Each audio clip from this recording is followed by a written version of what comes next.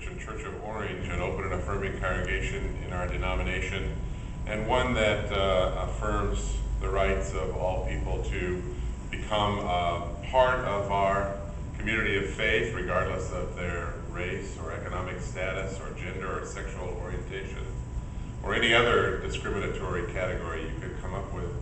I'm impressed by what everybody has said, and it just it reaffirms for me the reason why I'm here, and that is the diversity of our country and our citizenry, and the variety of perspectives that are evident in those who are part of our various communities. And I want to thank all of them for their incredible not only clarity about where they stand in terms of their own faith communities, but also their willingness to embrace and accept the diversity that's part of our culture and our society. And it's that diversity that I think is what I want to most affirm.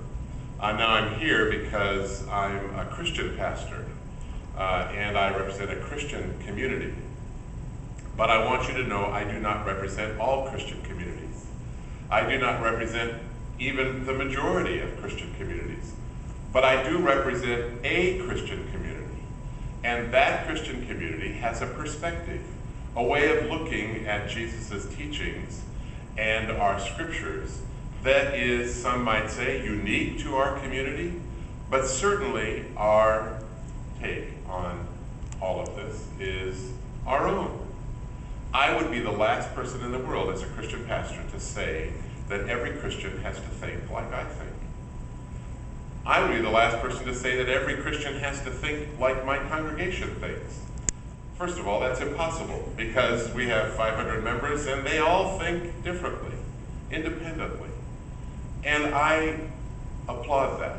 I applaud that because I think one of the things that is fundamental to our rights as a society is to embrace the diversity that is present within it. Now, from that perspective then, I think it's really important that because there is such a variety of perspective and Christian perspective, that it's precisely because of that we should not legislate based upon one Christian community's or even a few Christian communities' narrow interpretation of that Christian faith. I'm one who is definitely in favor of a separation of church and state, that we need to look at our faith communities as being independent from our governance as a country and as a state. It's one of those things that sadly doesn't always happen because there are those who lift up our Christian faith as being the one and only faith, including the one and only faith for our governance. It's unfortunate. However, I do want to say that there's not a single statement about sexual orientation or marriage in the Ten Commandments, which so many want to have publicly displayed everywhere in our communities and in our courts and in our public places. There's not a single word about that.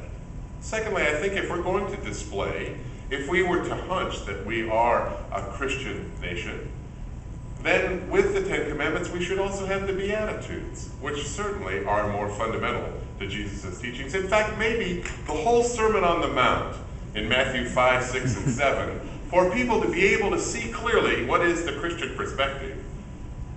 And I would underscore the fact that there's not a single word in there about marriage, or about sexual orientation, or about how we're supposed to live our lives in relationship to each other as married persons. In fact, Jesus said nothing about that. And so maybe it is that we need to step back and look at that a little bit more clearly.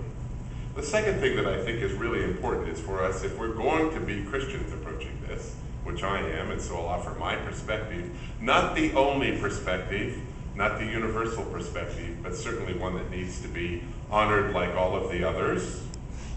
And that is that Jesus, if anything, was about those who were outcast and marginalized in our society. Take the Samaritans. Take the Samaritan woman, for example, the one who he commissioned to go and speak about what she had experienced. Jesus, of course, is, from my perspective, the one that I follow. And I want to lift up that that is not necessarily the universal application of how we should view our society or our laws or our governance. It's one perspective.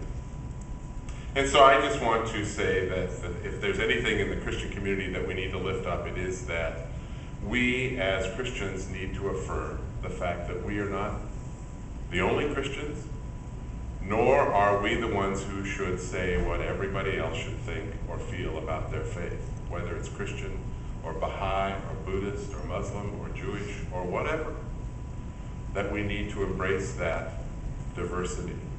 And if we're going to embrace that diversity, that means then, in terms of our governance, we need to let that be where it is and allow our state to be the state and not to mix those two together.